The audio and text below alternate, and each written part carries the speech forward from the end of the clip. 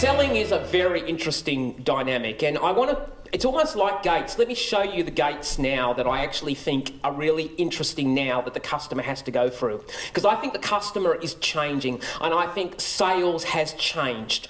Many of you might have been brought up on the classic sales training of Brian Tracy, the classic sales training of Zig Ziglar, the classic sales training of Anthony or Tony Hopkins. Anybody heard of these dudes? Okay, classic guys. But here's the deal, 1960s. America. 1960s, pre-internets. World has changed. What has fundamentally changed? The power has shifted towards the customer. The customer is not ignorant anymore. There's an old proverb, where there is mystery, there is margin. There is no mystery anymore. What I have to realise is respect the intelligence and the dignity of the prospect, that they're not an idiot. And they probably know a lot more than they're leading on. So what are these gates? How do I sort of, you know, what are the gates that I have to go through? And I'd like you, as we're going through these 9 gates, ask yourself the question, ask about a team, and a rating of 1 to 10. How are we going there? Because maybe the answer is in these 9 gates saying, wow, we're good at 2 gates, the other 7, we're pretty poor. How do I get someone to commit? So number 1 gate of commitment is this guy for real? The greatest single quality that I now see is be yourself. I get scripts, don't get me wrong, I get robotic stuff, scripts are structure. But you can't actually be something you're not, because ultimately the customer can actually sense that you're actually sort of a robot. Who has ever been approached by someone on the phone that you actually know is reading a script? How do you feel? Like honestly, how do you feel? You're annoyed, right? Because they don't even listen to you. It's almost like you ask a question and they're still on the script. It's like, what has happened to your humanity here? Your job is to have a conversation with somebody to actually see if you can solve their problem. You've been trained by some little robot saying, just do the script. I get it. Let's not insult the customer's intelligence. So I reckon you've got to be real. Now, you know, you're real, and this is going to sound terrible. I do this all the time. You have to make yourself vulnerable. You actually have to show your limp. You have to actually say, I don't have it all right. You have to have the courage to say no when you've been told to say yes to everything. Because that is why trust is built. It's not through perfection, it's through direction. I get it.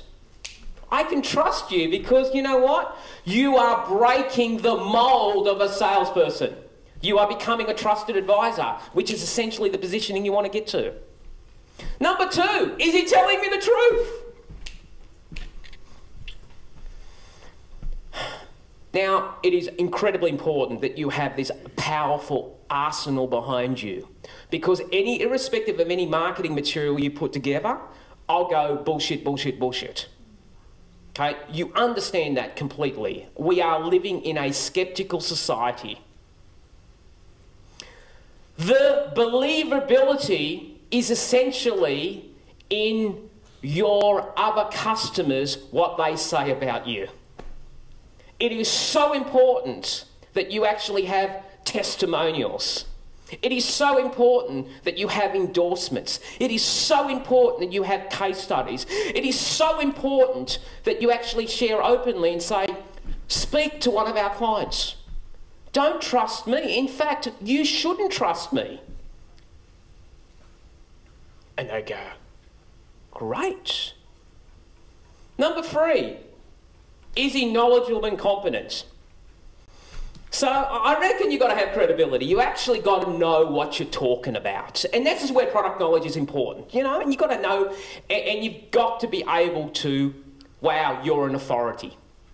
You can't fake it until you make it, because here's the problem. Customer knows more than they lead on because they've probably done their research already. It's called Google. And what they do is, I've seen this, they ask you questions in knowledge of knowing the answer to test you whether you actually know what you're talking about. And they don't tell you to rack off. You know what they say? Oh, call me back in a week. Because some of us do not like rejecting people. We just hope they stop phoning us.